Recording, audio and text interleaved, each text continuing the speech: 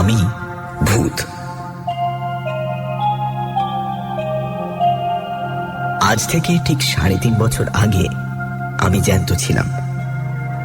সেই সময় এই দেওঘরের এই বাড়িতেই আগুনে পুড়ে আমার জ্যান্ত অবস্থা শেষ হয়।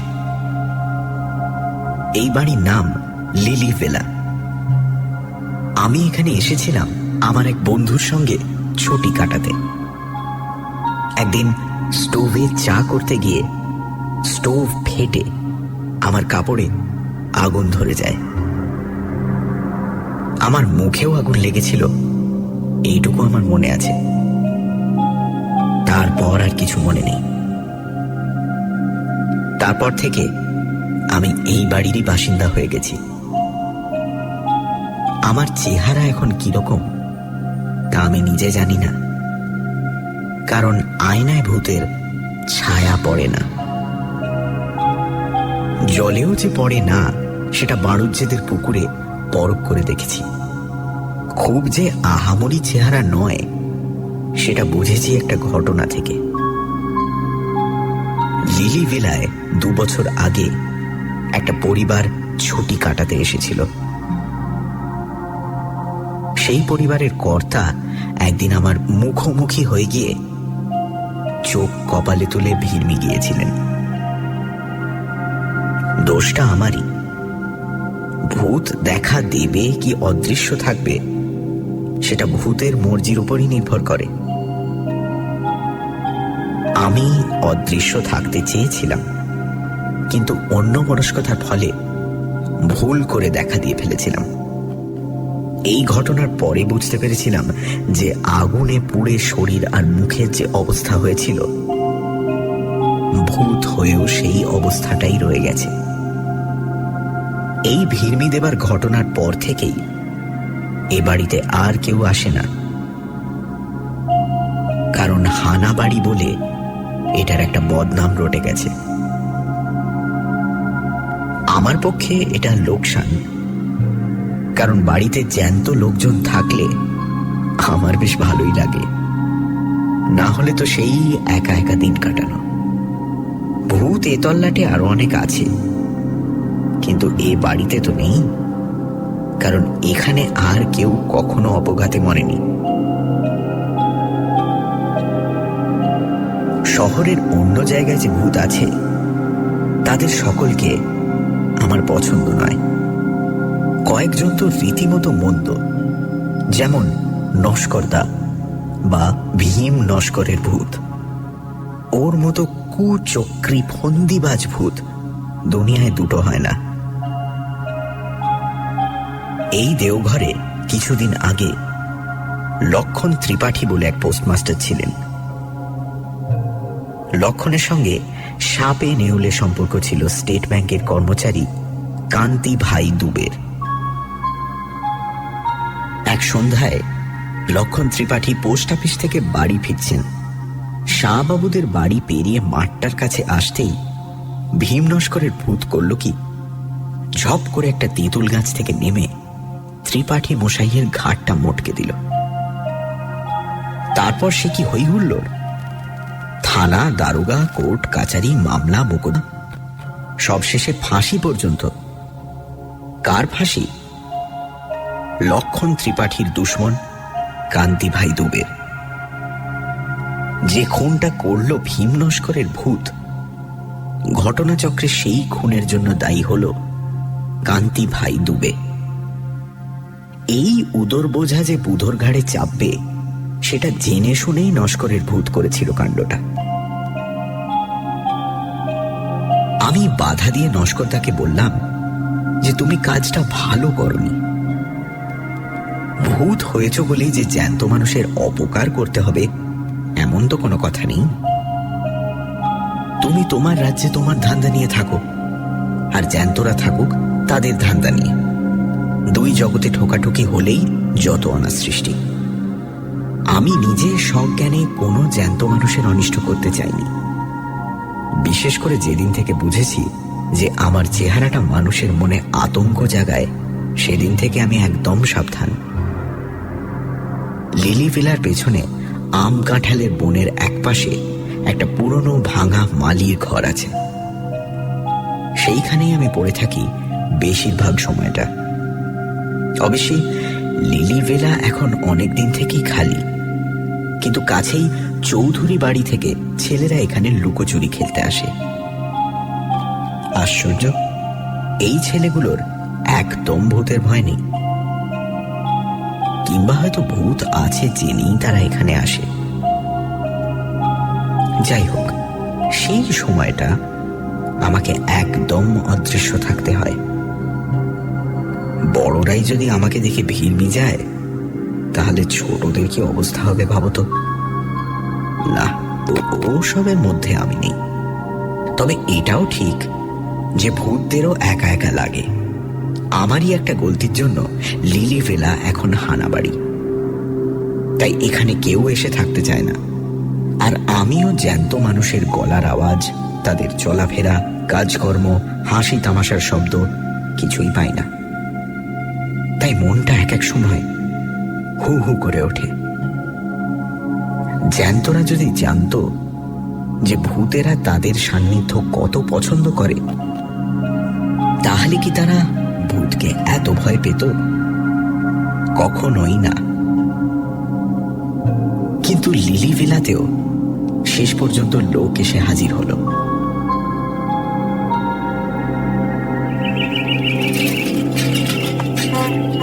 একদিন সকালে একটা সাইকেল রিক্সার হর্ন শুনে ঘর থেকে গলা বাড়িয়ে দেখি রিক্সা থেকে মাল নামছে। কজন লোক?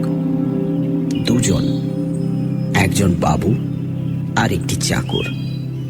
তাই সই, বেশি লোকের দরকার নেই আমার। নেই মামার চেয়ে কানা মামা ভালো।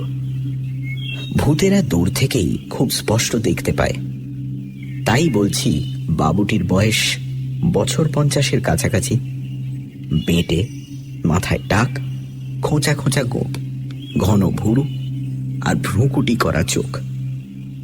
বাড়িতে ঢুকেই চাকরটিকে বাবু বললেন, সব দেখে শুনে বুঝে নাও, আধ ঘন্টার মধ্যে আমার চা চাই, তারপর আমি কাজে বসবো। এই কথাগুলি অবশ্যই আমি মালির ঘর থেকেই শুনতে পেলাম।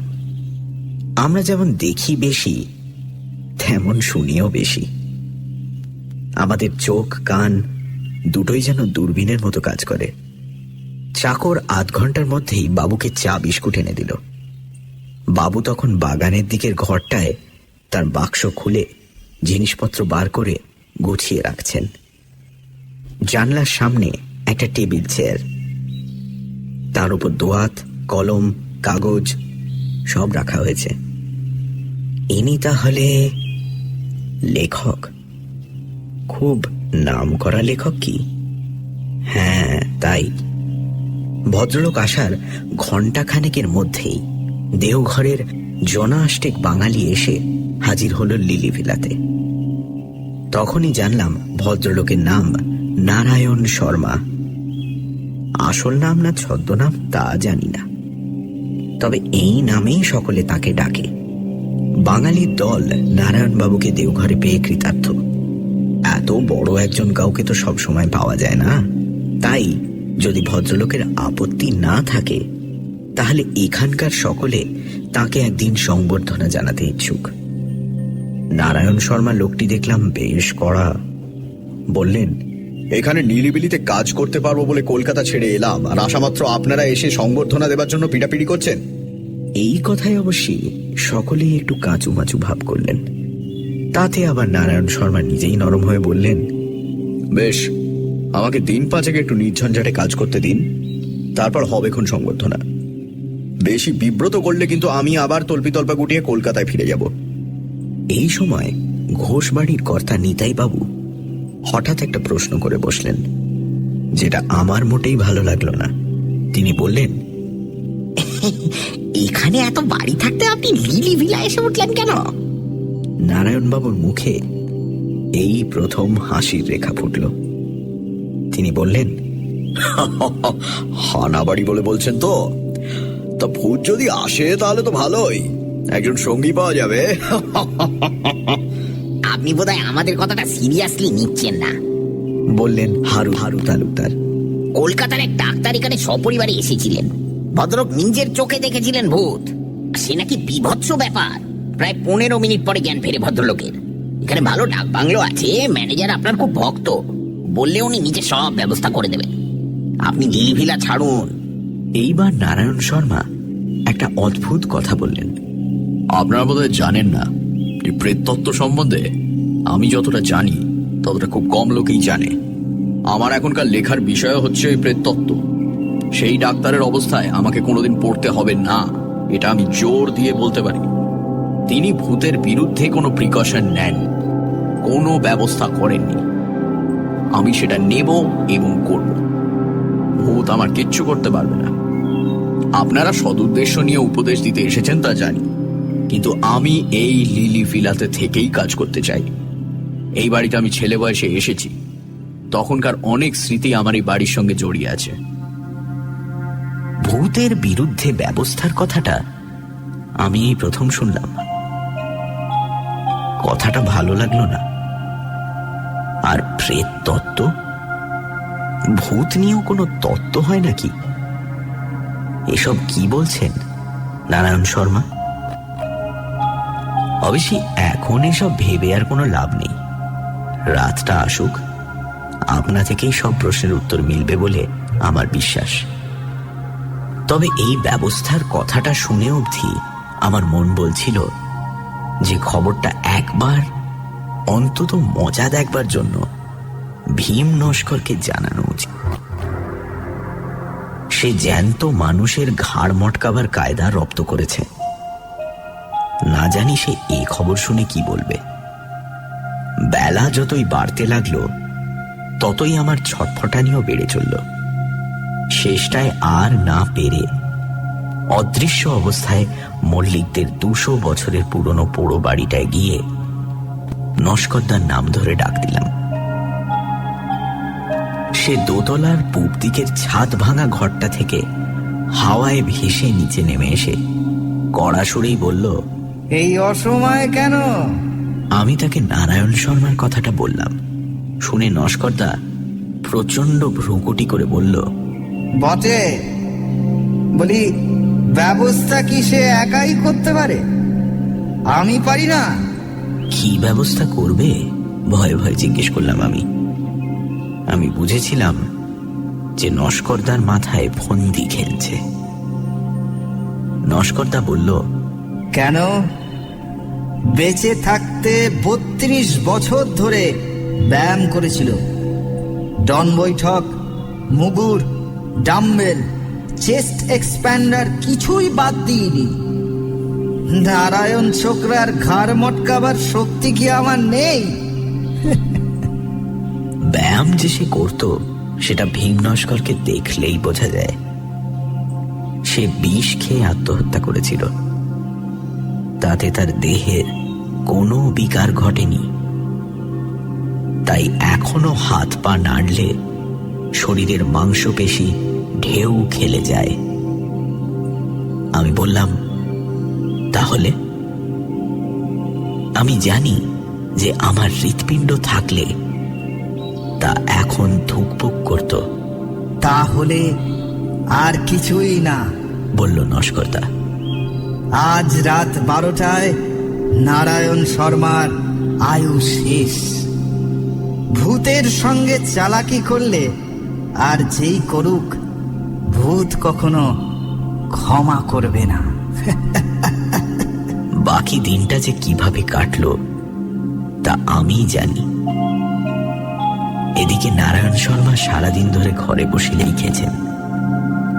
বিকেলে সূর্য ডোবার বেশ কিছু আগে ভদ্রলোক ঘর থেকে বেরিয়ে বাইরে উত্তরের রাস্তাটা ধরে বেশ খানিক হেঁটে আকাশের সন্ধে তারাটা বেরোবার কিছুক্ষণের মধ্যে বাড়ি ফিরলেন। আজ অমাবস্যা, তাই চাঁদ নেই।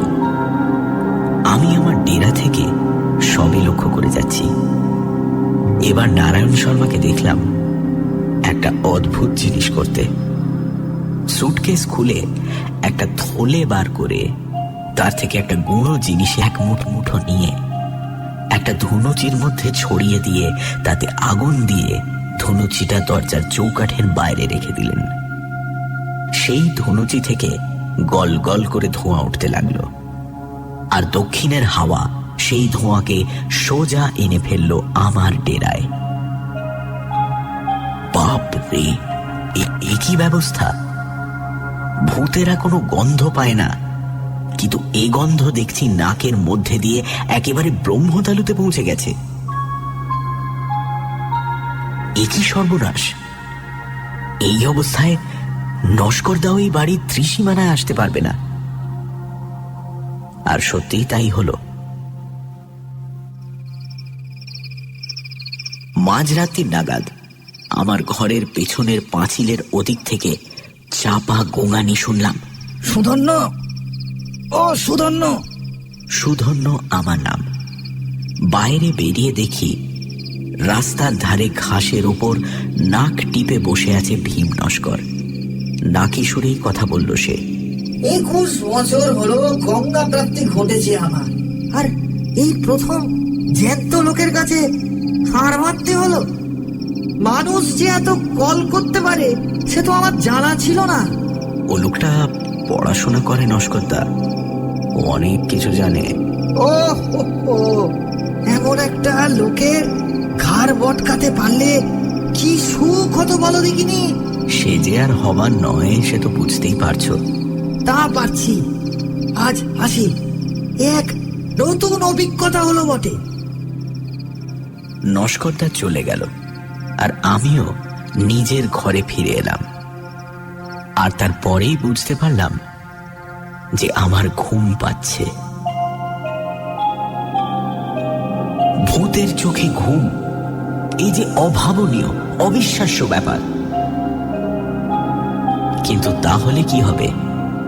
ওই ধোঁয়াতে এমন জিনিস আছে যা ভূতকেও ঘুম পাড়ায়। অথচ রাতই হলো ভূতের চড়ে বেড়ানোর সময়। আমি আর থাকতে পারলাম না। একটা ঝিম ধরা অবস্থায় ঘরের মেঝেতে শুয়ে পড়লাম। ঘুম ভাঙল একটা গলার শব্দে। সময়টা সকাল। আমি ধড়ফড়িয়ে উঠে বসলাম। বসেই সামনে তাকিয়ে চক্ষু স্থির। ইনি যে নারায়ণ শর্মা সেটা বুঝতে পারছি, কিন্তু এর এমন দশা হলো কি করে? নারায়ণ শর্মাই আমার প্রশ্নের জবাব দিলেন। চাকরটা ঘুম থেকে ওঠেনি দেখে স্টোভ জ্বালিয়ে চা করতে গেছিল।